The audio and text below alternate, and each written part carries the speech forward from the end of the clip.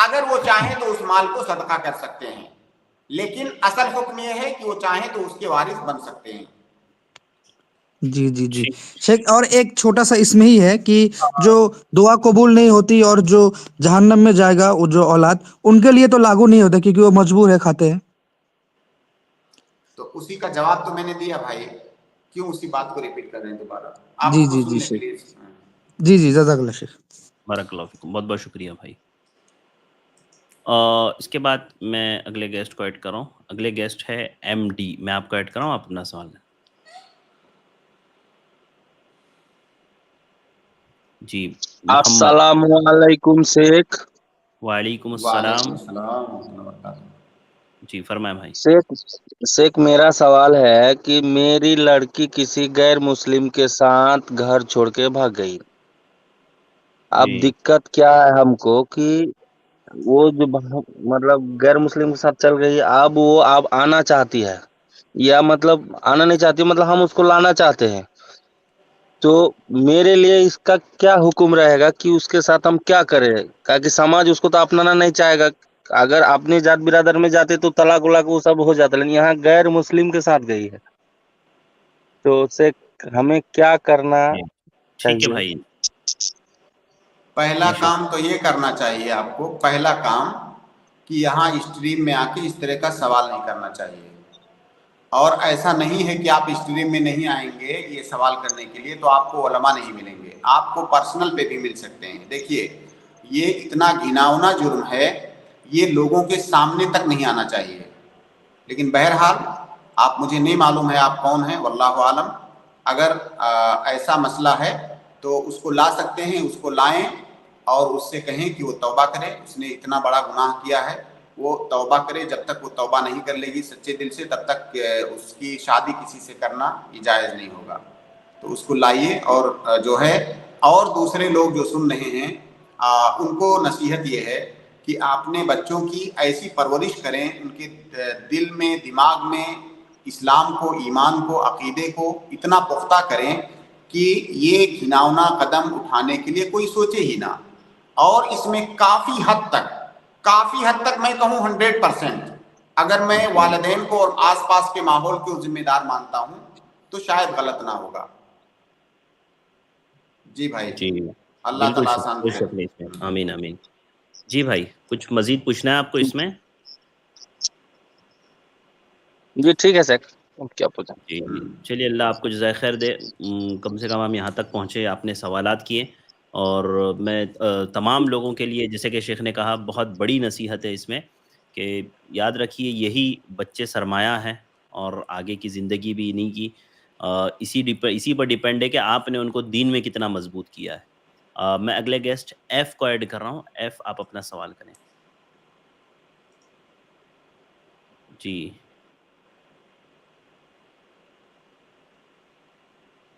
جی F میں نے آپ کو ایڈ کیا ہے، ٹھیک ہے۔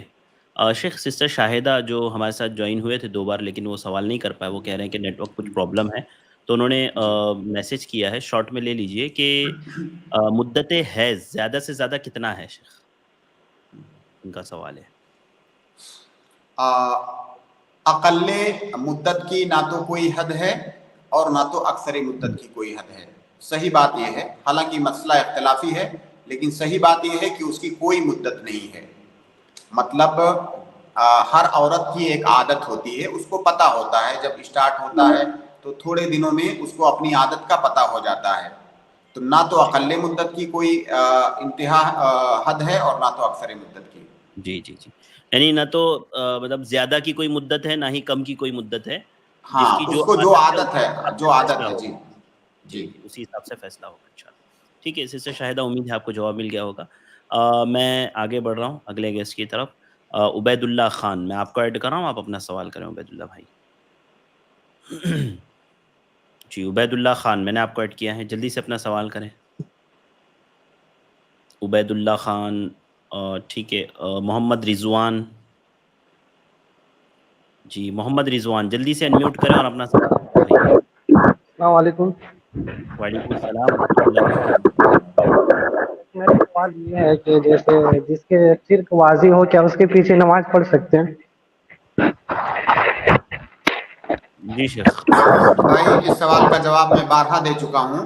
جی شرک کرنا یہ الگ مسئلہ ہے، اور کسی کو اس کے شرک کرنے کی وجہ سے اسلام سے خارج ہونے کا حکم صادر کرنا کسی خاص شخص کو، یہ الگ مسئلہ ہے. جب تک کسی انسان کے اسلام سے خارج ہونے کا حکم صادر نہیں ہو گیا ہے معتبر علماء کی جانب سے، تب تک اس کے پیچھے نماز صحیح ہے. لیکن بہتر یہ ہے کہ آپ ایسے آدمی کے پیچھے نماز نہ پڑھیں. میں یہ نہیں کہہ رہا ہوں کہ نماز صحیح نہیں ہے، نماز صحیح مانی جائے گی اس وقت تک جب تک اس کے کافر ہونے کا حکم کوئی عالم صادر نہ کر دے. لیکن بہتر یہ ہے کہ آپ کسی متبع سنت کے پیچھے نماز پڑھیں، ایسے آدمی کے پیچھے نماز نہ پڑھیں. ٹھیک ہے شیخ. شیخ تو اس کے مطلب جیسے نماز بہتر ہوگا کہ نہ پڑھے، لیکن اس کی کوئی دلیل ہے؟ کس کی؟ نماز نہ پڑھنے کی نماز نہ پڑھنے کی یا نماز صحیح ہونے کی؟ نماز صحیح ہونے کی دلیل یا نماز نہ پڑھنے کی دلیل؟ نماز اس کے پیچھے نہ پڑھیں گے اس کی دلیل؟ دیکھیے میں نے یہ بات آپ یہ فرق واضح رکھیں کہ نماز کے عدم صحت کا حکم میں نے نہیں لگایا ہے. ظاہر ہے ہمارا جو امام ہے جس کی امامت میں ہم نماز پڑھ رہے ہیں، اور جس امام کے بارے میں اللہ کے نبی صلی اللہ علیہ وسلم نے کہا ہے کہ وَلْيَؤُمُّكُمْ أَقْرَأُكُمْ، تم میں سب سے اچھا جو قاری ہو وہ جو ہے نماز پڑھائے. تو یہاں پر قاری سے مراد صرف قرآن کو پڑھنے والا نہیں ہے، قرآن کو سمجھنے والا، قرآن پر عمل کرنے والا، جس کے اندر فقہ فی الدین ہو، جس کا عقیدہ صحیح ہو، یہ تمام چیزیں اس کے اندر داخل ہیں. جی ٹھیک ہے شیخ. جی محمد رضوان. جی رضوان بھی جلدی سے انمیوٹ کریں. ٹھیک ہے چلیے، امید ہے جواب مل گیا ہوگا رضوان بھائی کو. اس کے بعد میں اگلے گیسٹ کو ایڈ کر رہا ہوں، محمد حامد. محمد حامد جلدی سے اپنا سوال کریں، انمیوٹ کریں اور اپنا سوال کریں. جی شیخ السلام علیکم. وعلیکم السلام. جی شیخ میرا آپ سے ایک سوال تھا. جی بولیے، کیا سوال ہے آپ کا؟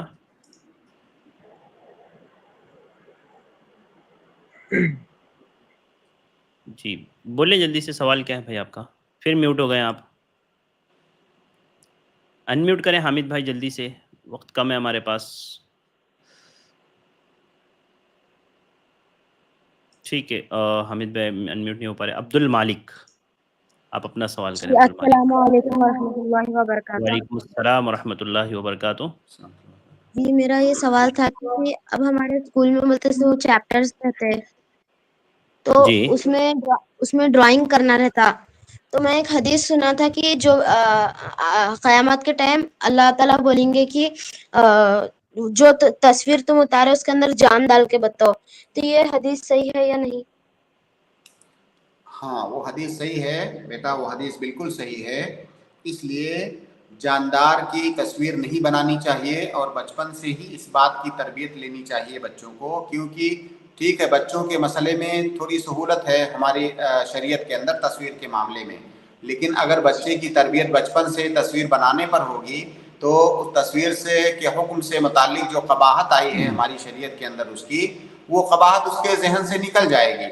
اس لیے بچے کو شروع سے اویئرنیس ہونا چاہیے اس کے اندر کہ تصویر بنانا ہماری شریعت میں جائز نہیں ہے. تو آپ بیٹے یہ طریقہ اختیار کر سکتے ہیں کہ جب کسی جاندار کی تصویر بنائیں تو جیسے اس کا چہرہ وغیرہ ہے اس کو آپ کمپلیٹ نہیں بنائیں.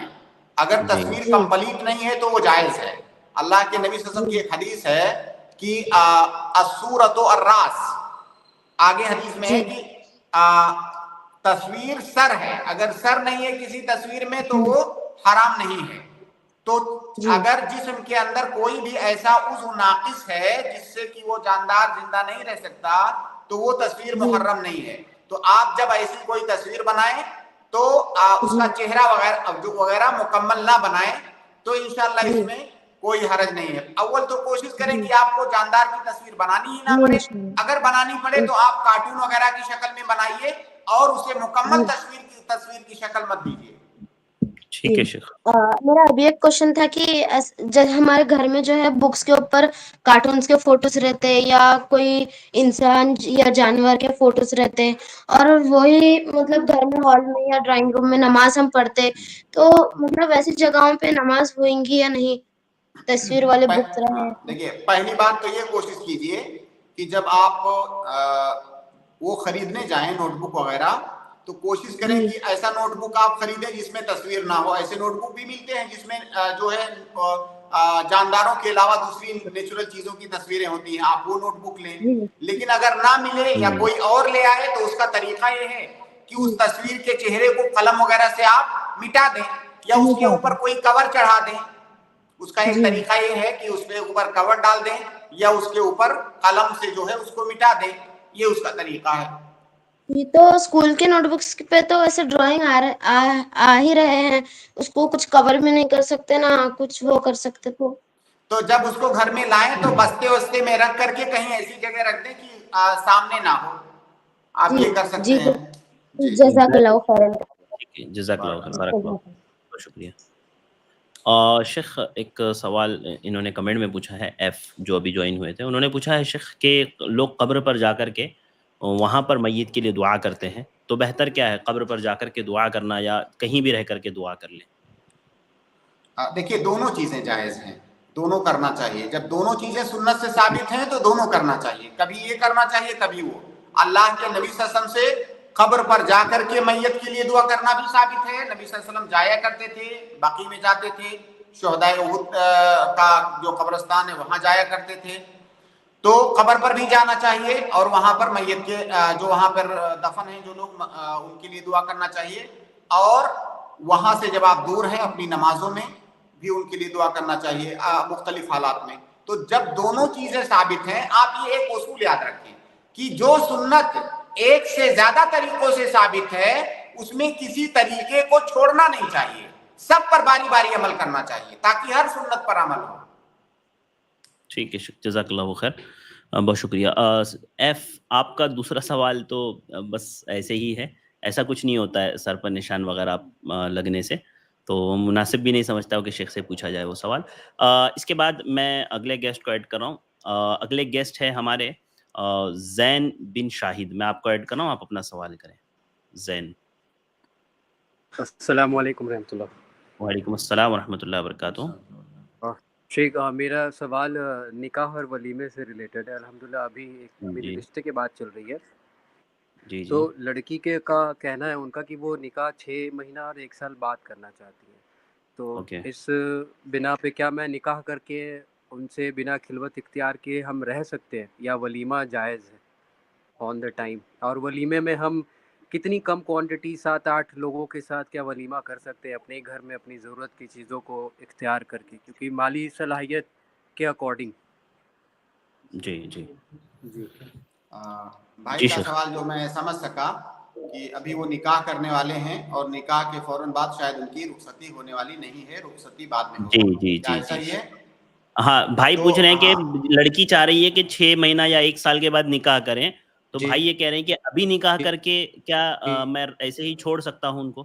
جی بعد میں رخصتی. دیکھیے ہاں, اللہ کے نبی صلی اللہ علیہ وسلم نے عائشہ رضی اللہ تعالیٰ عنہا سے جو شادی کیا تھا وہ ایسے ہی کیا تھا.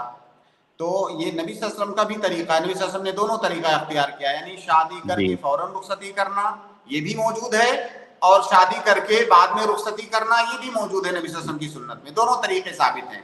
اب جس آدمی کے لیے جو طریقہ سوٹیبل ہو وہ طریقہ اختیار کرے, کیونکہ دونوں طریقے سنت سے ثابت ہیں. تو اس زمانے میں جو زیادہ بہتر سمجھتا ہوں واللہ عالم کہ جب شادی کی بات ہو گئی ہے, شادی طے ہو گئی ہے, تو نکاح کر لیجئے. نکاح کر لیجئے, ٹھیک ہے ابھی حالات ایسے نہیں ہیں کہ رخصتی ہو سکے, رخصتی بعد میں کیجئے گا, لیکن نکاح کر لیجئے تاکہ وہ آپ کی زوجیت میں آ جائے.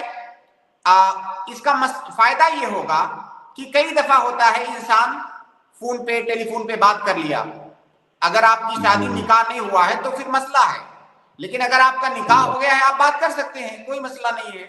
تو نکاح کر لیجئے.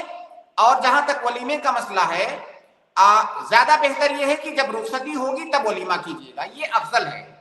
لیکن جواز کی جہاں تک بات ہے تو جواز عقد نکاح کے فوراً بعد بھی آپ ولیمہ کر سکتے ہیں، اس کی گنجائش ہے، لیکن افضل یہ ہے کہ جب رخصتی ہوگی اس وقت ولیمہ کیجیے گا۔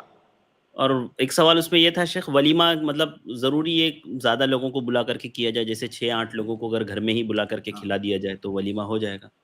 ہاں بالکل ہو جائے گا، آدمی حسب استطاعت ولیمہ کرے گا، حسب استطاعت، ہر آدمی اپنی استطاعت کے مطابق کرے گا، اس میں کوئی تعداد فکس نہیں ہے کہ جب سارے محلے کے لوگوں کو یا سارے گاؤں کے لوگوں کو بلائیں گے تبھی ولیمہ ہوگا، جتنی آپ کی استطاعت ہے، بلکہ زیادہ بہتر یہ ہے کہ آدمی اپنی حد میں رہتے ہوئے کرے، ایسا نہ ہو مقروض ہو جائے، یا جیسے کوئی امیر آدمی ہے تو اپنے مال کے چکر میں یا دکھانے کے چکر میں اسراف کرتے ہیں بہت سارے لوگ، یہ بھی جائز نہیں ہے اسراف کرنا، تو آدمی حسب استطاعت ولیمہ کرے۔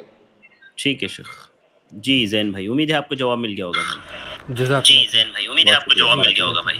جزاک اللہ خیر۔ السلام شیخ سسٹر شاہدہ نے، جنہوں نے بھی حیض کے تعلق سے سوال کیا تھا، انہوں نے پوچھا ہے کہ اگر کوئی 15 دن تک کسی کو حیض ہو رہا ہو تو کیا وہ دوا کروا سکتے ہیں؟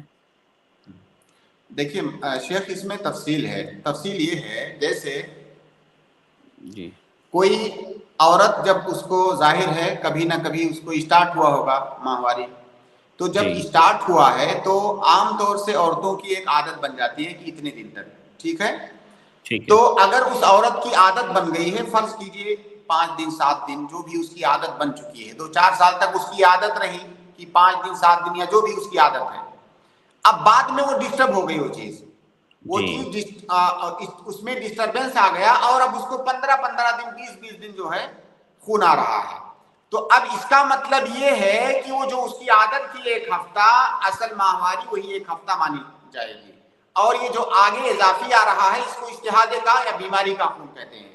اب وہ اگر وہ بیماری ہے، جب اس کا علاج کروانا چاہے تو بالکل کروا سکتی ہے، بلکہ کروانا چاہیے اگر اس کا علاج موجود ہے کہ بھائی کنٹینیو کیوں آ رہا ہے، میری عادت تو 7 دن ہے، یہ اس کے اوپر کیوں آ رہا ہے، تو اگر اس کا علاج موجود ہے تو بالکل اس کا علاج کروانا چاہیے۔ ٹھیک ہے شیخ جزاک اللہ خیر۔ عاشر حارث، میں آخری گیسٹ کو ایڈ کر رہا ہوں، جلدی سے اپنا سوال کریں عاشر حارث۔ السلام علیکم۔ وعلیکم السلام ورحمۃ اللہ وبرکاتہ۔ شیخ یہاں سے اسکرین پریزنٹ ہو سکتی ہے کہ میں قرآن شریف سے وہ پڑھوں، یہاں سے ہو سکتی ہے کیا؟ کیا پیش کرنا ہے آپ کو، بولیں آپ۔ شیخ ایک قرآن شریف کی آیت ہے سورہ الاحزاب کی آیت نمبر 5، میں تلاوت کر لیتا ہوں۔ کون سی آیت، کون سی سورہ؟ سورہ احزاب۔ یا شیخ اس میں آیت نمبر 5، آیت نمبر 5 سورہ احزاب، اس میں ایک آیت کے اندر کا حصہ میں پڑھتا ہوں۔ اعوذ باللہ من الشیطان الرجیم، بسم اللہ الرحمن الرحیم، وَلَيْسَ عَلَيْكُمْ جُنَاحٌ فِي مَا أَخْطَأْتُمْ بِهِ وَلَكِنْ مَا تَعَمَّدَتْ قُلُوبُكُمْ، تم سے بھول چوک میں جو کچھ ہو جائے اس میں تم پر کوئی گناہ نہیں، البتہ گناہ وہ ہے جس کا تم ارادہ دل سے کرو۔ تو اس کی میں تفسیر بھی احسن البیان سے پڑھا شیخ، اس لیے کہ خطا و نسیان معاف ہے، جیسا کہ حدیث میں بھی صراحت ہے۔ تو شیخ مجھ کو اس سے ریلیٹڈ یہ پوچھنا ہے کہ اگر کسی کوئی اگر حقوق میں کمی کر رہا ہے، اگر حقوق کی ادائیگی میں اگر کمی کر رہا ہے اور وہ یہ بولے کہ مجھ کو اس کا علم ہی نہیں تھا، تو کیا شیخ اس کی پکڑ ہوگی کہ نہیں ہوگی؟ اور کیا جب تک وہ دل سے ارادہ کر نہ لے گناہ کا تبھی وہ گناہ مانا جائے گا؟ اگر وہ جانتے بوجھتے اگر کسی چیز کا علم نہیں تھا اور وہ کر دیا اور پھر اس کو ریئلائز بھی نہیں ہوا بعد میں، تو شیخ اس چیز سے ریلیٹڈ جاننا۔ جی شیخ شیخ جواب دوں؟ 4-5 منٹ لگتا ہے، 3-4-5 منٹ کم سے کم لگے گا۔ ٹھیک ہے شیخ لے لیجئے انشاءاللہ۔ دیکھیے بھائی، ہماری شریعت میں اگر کوئی انسان جاہل ہے، جاہل کا مطلب اس کو نہیں معلوم ہے، تو جب تک وہ انسان جاہل ہے تب تک اس کو معذور مانا جاتا ہے۔ اللہ تعالیٰ نے اس آیت کے علاوہ بھی قرآن میں کئی جگہ پر یہ معنی، اس معنی کی آیتوں کو ذکر کیا ہے کہ اگر کوئی انسان جاہل ہے تو جاہل انسان کا مواخذہ نہیں ہوگا، جب اس کے پاس علم آ جائے گا، علم آنے کے بعد جب وہ غلطی کر رہا ہے تو اس کا مواخذہ ہوگا۔ یہ پوائنٹ نمبر 1۔ پوائنٹ نمبر 2 کہ جاہل آدمی کس کو کہیں گے؟ ایک جاہل آدمی وہ ہے جس کے پاس علم حاصل کرنے کا کوئی طریقہ نہیں ہے، اس کے آس پاس میں علم موجود نہیں ہے، اس کے آس پاس میں علم حاصل کرنے کے وسائل موجود نہیں ہیں، اس کے آس پاس میں ایسے علماء موجود نہیں ہیں جن سے وہ پوچھ سکے